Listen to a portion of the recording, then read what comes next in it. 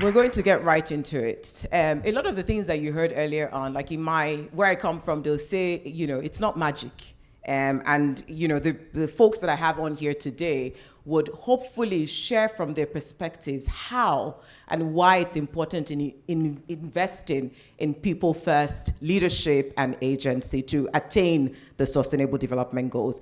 And Jackie, I'm going to start with you. Your work is focused on developing the self-aware leaders across the continent of Africa. And you have a signature fellowship program or leadership program through which you do this work. Do you want to tell us a bit about your work? So we at the African Leadership Institute, we believe in capacity building for a new generation of African leaders who are values-based. We really believe that it's important to have values that anchor your leadership. And I'm sure when you see what's happening across the world today, you will agree with us that values are very important. And the values that we emphasize are derived from our late patron, the Archbishop Desmond Tutu. So these are values of Ubuntu, servant leadership, courage, but also being deeply disturbed about what you see around you. But it's not enough to just be deeply disturbed. We then give you the agency to be able to do something about the inequality and the things that you see around you that deeply disturb you. So we take our participants through a very intensive self-introspective process because we believe that effective leaders are the ones that self-introspect.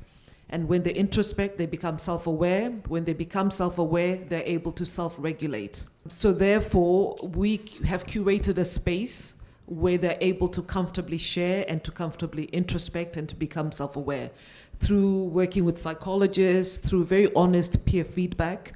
It's quite a process, lots of tears. It's quite a hard process to go through because you have to face your demons, you have to become aware of your blind spots, maybe things in childhood that show up at the board table, right? Things you thought you had dealt with that you haven't dealt with, So you need to bring your whole self into the process because as leaders, you show up as your whole self, right? You don't tell yourself, oh, now I'm at the boardroom, I can't undo what my mother did to me when I was 8. It will just show up. But when you know it's going to show up, at least you know how to regulate yourself. So that's what we do. And the key question they're trying to answer is, how do you show up as a leader? How do your followers experience you? And usually the way you think you show up is not the way you show up. And we never ever get the opportunity for honest feedback to say, this is how you show up and maybe you need to work on that. These are your strengths. So it's also a validation whilst also telling you about the things that you need to work on.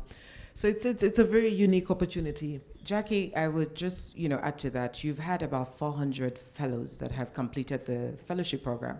What impact have you seen, concrete impact, as a result of activating the leadership of these individuals? There's been a lot of impact, and I also speak from my perspective because I've also gone through the program. I'm not the CEO, but I've gone through it. So what it does for you, it just gives you a greater commitment to Africa's trajectory. So for me personally, having gone through the program, my entire career trajectory shifted.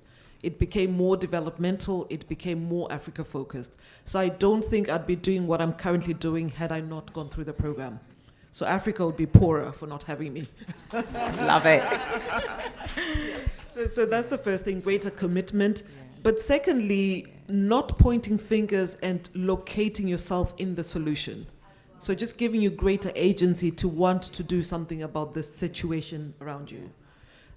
So you show up as a leader. I'm the one I've been waiting for. I know it sounds very trite, it sounds very cliched, but it's so true. You leave thinking, yes, I'm going to do something about this. The other thing is just give you purpose. So people find their purpose when they come on the program. So it's not unusual for people to change jobs, like I did, to change jobs after the program. They just find their purpose, they realize their calling, but also confidence. So people just come out more confident. I can do this. I am the solution. I can do this. But also then the network of support around you. So it's so special because now you're surrounded with like-minded people with similar values. And I think funders, when we get to that, they underestimate the importance of support networks. So these are people doing incredibly hard work, fighting pro-democracy, fighting corruption. Some people in government, lonely in government, because we know African public sectors don't really work.